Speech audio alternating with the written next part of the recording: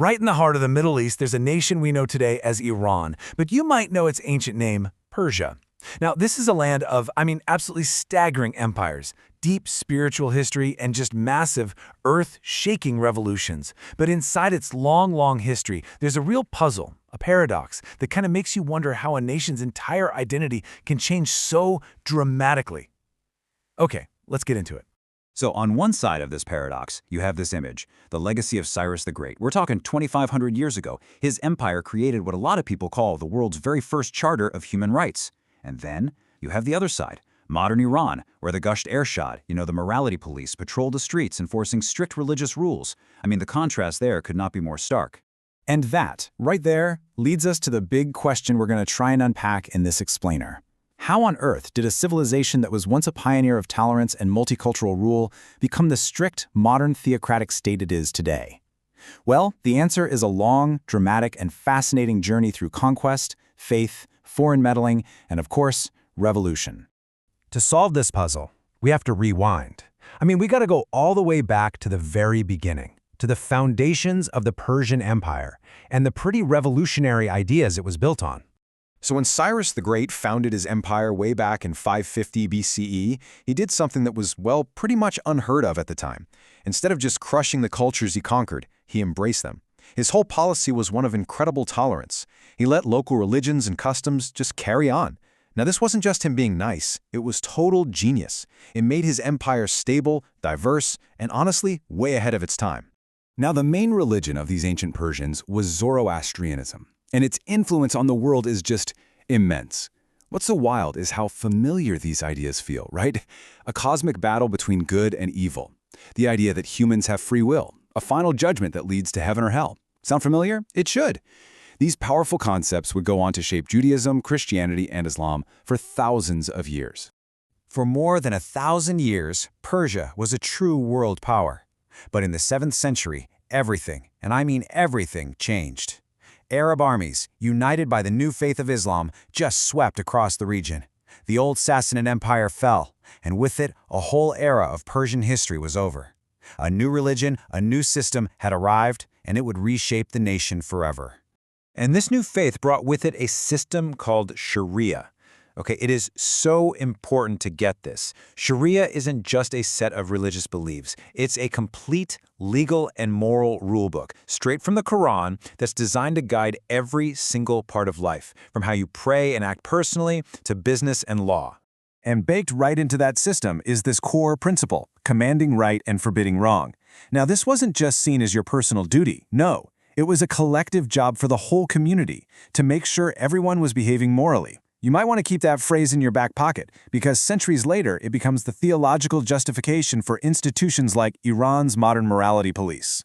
Okay, let's fast forward a bit to the next huge turning point. We're jumping to the 16th century. A new dynasty, the Safavids, rises to power, and they make a call that will give Iran its very unique and fiercely protected identity inside the larger Islamic world.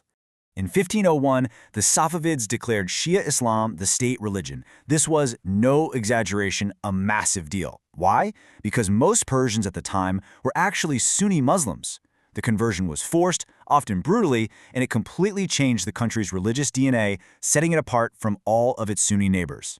And this slide shows you exactly how they did it. The Safavids didn't just switch the religion, they built a whole new power structure around it.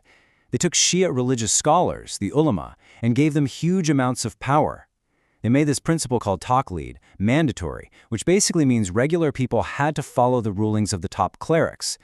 Before you know it, this new clerical class is running daily life, telling people everything from how to dress to how to act.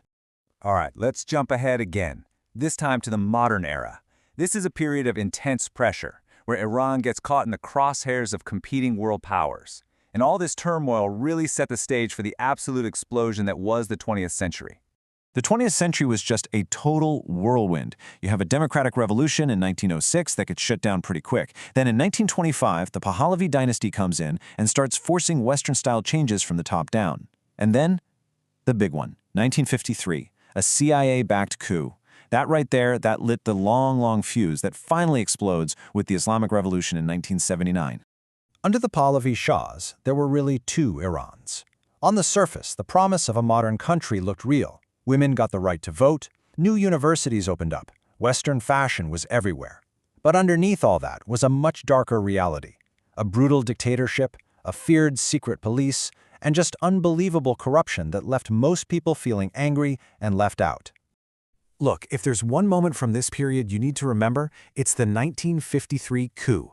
When the CIA and British intelligence helped kick out Iran's democratically elected leader Mohammad Mossadegh, it was a total point of no return. It put the Shah on the throne as an absolute ruler and, in the minds of millions of Iranians, it forever branded the United States as the enemy. So you've got this pressure cooker situation, the Shah's repression, this bitter memory of foreign meddling, and a widespread feeling that Western culture was corrupting the nation. It was a perfect storm. And walking right into that storm was a charismatic, exiled cleric with a very radical vision, Ayatollah Khomeini. Khomeini's big idea was this concept called Vilayat-e-Faqih. Now, stick with me here. For centuries, Shia tradition said that only a divine figure could truly rule an Islamic state. Khomeini basically flipped that idea on its head. He argued that, well, since that divine figure is absent, the duty to govern falls to the most learned religious scholars. This was the theological key that opened the door to a government run by clerics. And you know what? His message caught on like wildfire. He managed to build this incredible coalition of people who normally wouldn't agree on anything. You had leftist students who hated imperialism, merchants in the bazaar who were getting squeezed out, deeply religious Iranians who hated the secular culture, and just millions of regular folks who were sick and tired of the Shah's tyranny. For a moment, they were all united by what they hated. So after the revolution in 1979, they created this really unique hybrid system of government. On the left, you see, there are elected officials, a president, a parliament. But look at the right side of the slide. That's where the real power is. Unelected bodies. The supreme leader, a cleric, has the final say on, well, everything. And a guardian council can block any law or any candidate they don't like. The ultimate authority rests with the clerics. And that brings us right back to where we started, to that paradox. The long, winding, crazy road of history that we've just walked through has led directly to the tensions we see in Iran today, a nation that is really locked in a struggle for its own soul. So what did life look like after this? Well, you had massive changes. The hijab became mandatory for all women. The morality police started enforcing social rules on the streets. Personal and political freedoms were seriously cut back. All of this led to a huge brain drain of talented people leaving the country, and it's fueled wave after wave of protests that keep shaking the system to its core. And the 2022 death of Mahsa Amini, while in the custody of the morality police, that wasn't just a tragedy, it was the spark that lit a bonfire. The nationwide protests that followed just blew the lid off the deep frustration that had been simmering for decades, especially among a younger generation that is just desperate for change. So, in the end, we're left with this huge, powerful question. From the tolerant empire of Cyrus the Great all the way to the theocracy of Khomeini, Iran's story is a profound one about faith, about power, and about the deep struggle for a national identity.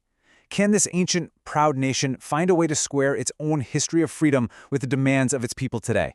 Honestly, that remains one of the great unanswered questions of our time.